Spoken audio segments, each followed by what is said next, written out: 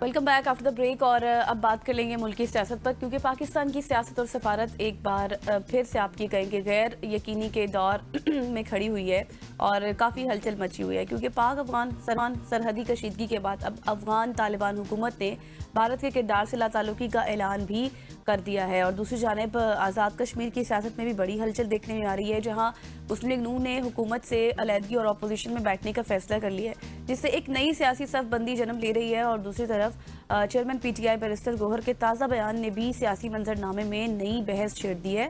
ان کا یہ کہنا ہے کہ اگر عمران خان اور وزیر اعلیٰ کی ملاقات نہیں ہوتی تو صوبے کو کابینہ کے بغیر نہیں چھوڑا جا سکتا. اس سب پر ہم بات کرنے کے لیے ہمیں اس وقت جوائن کر چکے ہیں انور اقبال صاحب. Thank you so much sir for your time.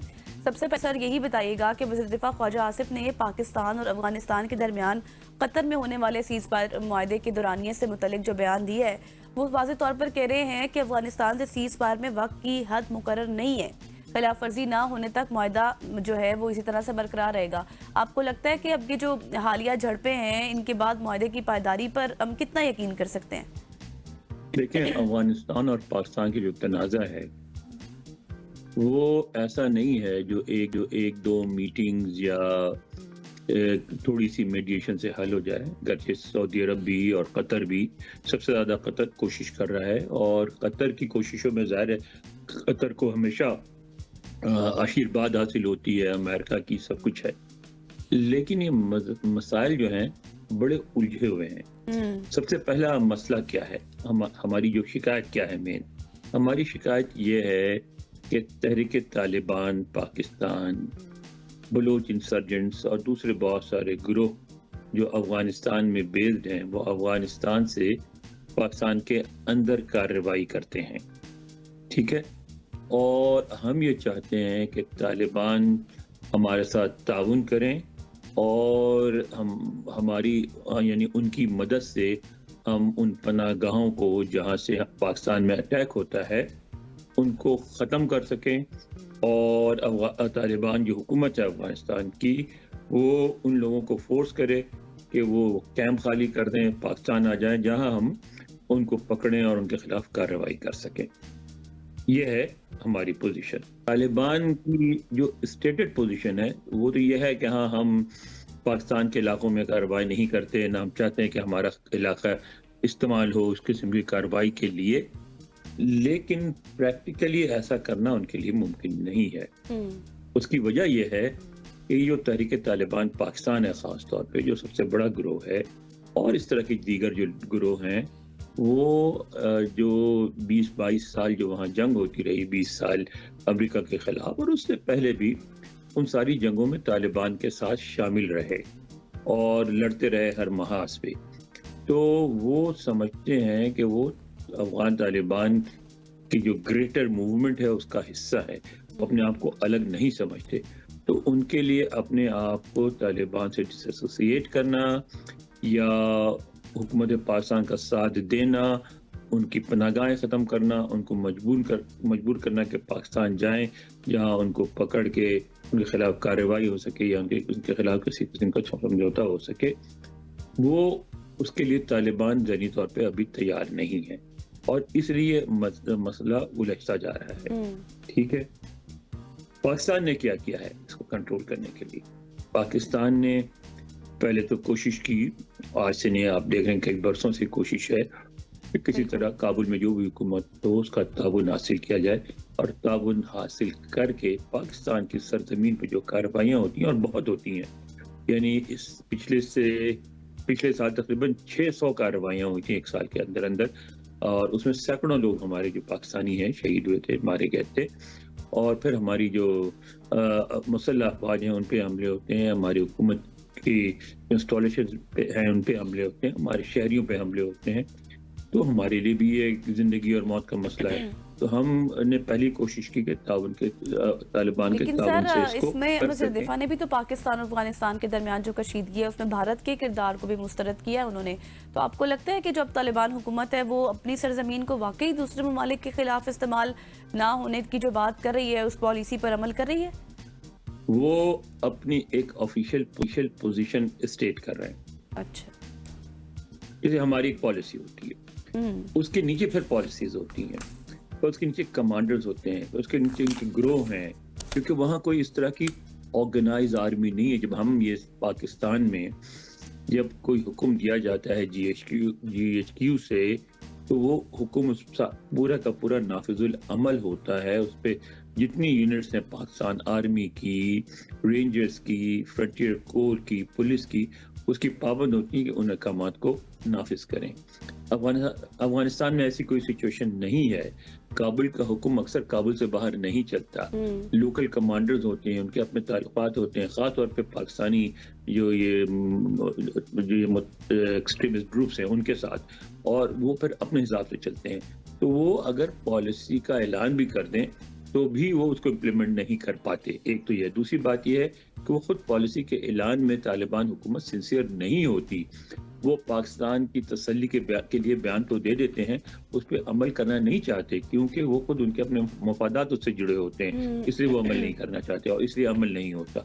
تو میں سمجھتا ہوں کہ بیان کی حد تک وہ ضرور سنسیئر ہیں، لیکن کبھی بھی بیان سے آگے یہ بات نہیں جاتی. صحیح. اچھا آگے بڑھتے ہیں. اب ہم دیکھ رہے ہیں، جیسے میں ابتدا میں بات بھی کر رہی تھی، کہ مسلم لیگ نون نے آزاد کشمیر حکومت سے بھی علیحدگی کا اعلان ایک طرف کر دیا ہے.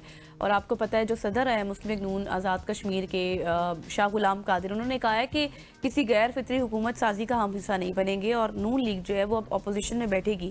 اگر اسی طرح سے رہتا ہے اور پیپلز پارٹی پھر عدم اعتماد لاتی ہے، تو پھر یہ کیا اس کا وہ جمہوری حق ہی ہم سمجھیں، یا پھر مسلم لیگ نون کسی نئی حکومت کا حصہ نہیں بنے گی؟ آپ کیا کہیں گے اس پر؟ بہت اہم سوال ہے. بدقسمتی سے آزاد کشمیر میں وہی ہوتا ہے جو اسلام آباد چاہتا ہے.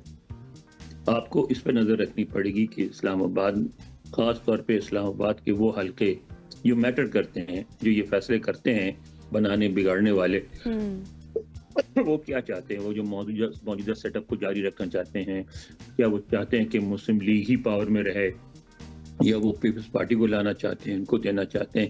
اس پہ ڈیپینڈ کرے گا. اگر تو جو مقتدر حلقے ہیں انہوں نے فیصلہ کر لیا ہے کہ نئی انتظامیہ، ایک نیا صدر بنے آزاد کشمیر میں، تو وہ بن جائے گی، ایک نیا صدر بھی بن جائے گا. اور انہوں نے فیصلہ کیا ہے کہ نہیں بنے تو نہیں بنے گا.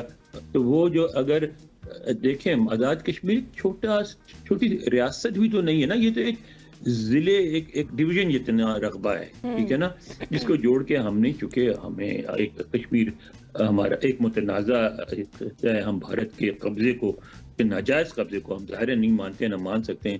تو اس کی وجہ سے ہم نے ایک انتظامیہ بنا رکھی ہے جس میں ہم انتخابات بھی کراتے ہیں، اور انتخابات فیئر بھی ہوتے ہیں، ایسی بات نہیں ہے، اور اس کے تحت حکومتیں بنتی ہیں. لیکن چونکہ اتنا چھوٹا سا علاقہ ہے تو اس پہ جو انفلوئنس ہوتا ہے اسلام آباد کا ہوتا ہے. جو فیصلے اسلام آباد میں ہوتے ہیں وہی آزاد کشمیر میں منتقل ہوتے ہیں. تو یہ سمجھنے کے لیے کہ آئندہ کیا ہوگا، مسلم لیگ کیا کرے گی کیا نہیں کرے گی، آپ بیان پہ نظر نہ رکھیں.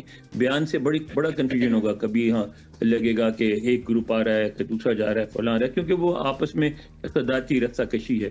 لیکن الٹیمیٹلی وہی ہوتا ہے جو اسلام آباد چاہتا ہے. صحیح، ٹھیک کہہ رہے ہیں. اچھا سر، مجھے آخر میں یہ بھی بتائیے گا، اب تھوڑی سی پی ٹی آئی کے حوالے سے بات کر لیتے ہیں. Chairman P T I barrister گور خان نے بھی یہ کہا ہے نا کہ عمران خان نے جو نئے وزیر اعلیٰ کا انتخاب اب ہوا ہے سہیل آفریدی، اگر ان دونوں کی ملاقات نہیں ہوتی تو پھر صوبے کو ہم کابینہ کے بغیر بھی نہیں چھوڑ سکتے. تو اس سے صوبے کے حکومتی معاملات پر کیا اثر پڑے گا؟ کیونکہ ابھی تک تو دیکھیں 7 سے 8 دن گزر گئے ہیں، کیبنٹ اناؤنسمنٹ نہیں ہوئی. حکومت پہ دباؤ بنانے کی کوشش کی جا رہی ہے کہ اب پہلے تو ظاہر ہے جو حکومت کی خواہش تھی، کوشش تھی کہ گنڈاپور صاحب اور یہ جو خان صاحب کے درمیان جو اختلافات پیدا ہو گئے تھے، جس کی وجہ سے سہیل آفریدی صاحب کو لایا گیا، اطلاعات قائم رہیں، سہیل آفریدی صاحب منتخب نہ ہو سکیں. گنڈاپور اور تحریک طالبان کے بیچ میں ایک ایسا گروہ تیار کیا جائے جو گنڈاپور صاحب کے ساتھ ہو، پھر وہ دونوں آپس میں لڑ سکیں اور اس کے ذریعے وہ اپنی حکومت وہاں کر سکیں، یعنی پی ٹی آئی کو ویکن کر سکیں. وہ ایسا نہیں ہوا. سہیل آفریدی صاحب انتخابات جیت گئے. اب انتخابات جیتنے کے بعد ظاہر ہے وہ صرف عمران خان کی وجہ سے جیتے ہیں. ان کی تو اپنی کوئی اتنی مضبوط حیثیت نہیں کہ وہ خود جیت سکیں. تو وہ ان کی کوشش رہے گی کہ ان کے سر پہ عمران خان کا ہمیشہ سایہ رہے، ان کا ہاتھ رہے، اور ساتھ ساتھ جب بھی موقع ملے، کیونکہ عمران خان صاحب کی خواہش ہے نا کہ ہر موقع پر ان کی رہائی کی بات کو، ان کے جو کچھ ان کے ساتھ زیادتیاں ہو رہی ہیں ان کو ہائی لائٹ کیا جائے، تو وہ ہائی لائٹ کرتے رہیں گے۔ یہ بھی ایک طریقہ ہائی لائٹ کرنے کا کہ عمران خان کے آشیرواد کے بغیر کابینہ بن نہیں سکتی، میں ان سے جاؤں گا، ڈسکس کروں گا، نام وہ اپروو کریں گے تو تب بناؤں گا۔ تو اس میں یہ ہوگا کہ اگر حکومت یعنی یہ معاملے کو کھینچیں گے اور یہاں تک یہ بات پہنچ جائے جہاں اگر حکومت یہ چاہتی ہوگی، مجھے نہیں پتا، اگر فیڈرل وفاقی حکومت یہ چاہتی کہ اس طرح صوبائی حکومت کو توڑ دیا جائے اور سہیل آفریدی صاحب کو ہٹا دیا جائے، تو وہ عمران خان کو ملنے نہیں دیں گے، ان کو حکومت نہیں بنانے دیں گے۔ لیکن اگر یہ نہیں خواہش یہ ہوئی کہ بہت سینسیٹیو صوبہ ہے، حالات اتنے خراب ہیں، طالبان کے خلاف جنگ ہو رہی ہے، وہاں حکومت بن جائے، تو وہ الٹیمیٹلی میرا خیال ہے تھوڑا بہت ہفتے 10 دن 20 دن اور اس کو ڈیلے کرا کے عمران خان سے ملاقات کرا دیں گے اور ایک حکومت بن جائے گی۔ تو یہ تو پاکستان میں بہت کچھ جو گیم کا حصہ ہوتی ہے، اس میں بہت کچھ یہ ہوتا ہے جو کہتے ہیں، اردو کا شعر ہے، آپ نے سنا ہوگا، ہیں کواکب کچھ نظر آتے ہیں، کچھ دیتے ہیں دھوکہ یہ بازیگر کھلا، یعنی جو ستارے ہیں وہ ہیں کچھ اور نظر کچھ آتے ہیں، تو ہوگا بالکل سر، آپ درست فرما رہے ہیں، ساری پاور گیم ہی ہے اور سب کچھ اسی پر چلتا ہے۔ تھینک یو سو مچ ماہر بین الاقوامی امور سینئر تجزیہ کا انور اقبال صاحب ہمارے ساتھ موجود تھے، جو گلوبلی اس وقت چل رہا ہے، جو اس وقت پاکستانی سیاست میں ہو رہا ہے، پارٹیز کے درمیان ہو رہا ہے، اس پر ہم بات کر رہے تھے۔ یہاں پر لیں گے ایک شارٹ سی بریک، واپس آئیں گے، اسٹے ود اس۔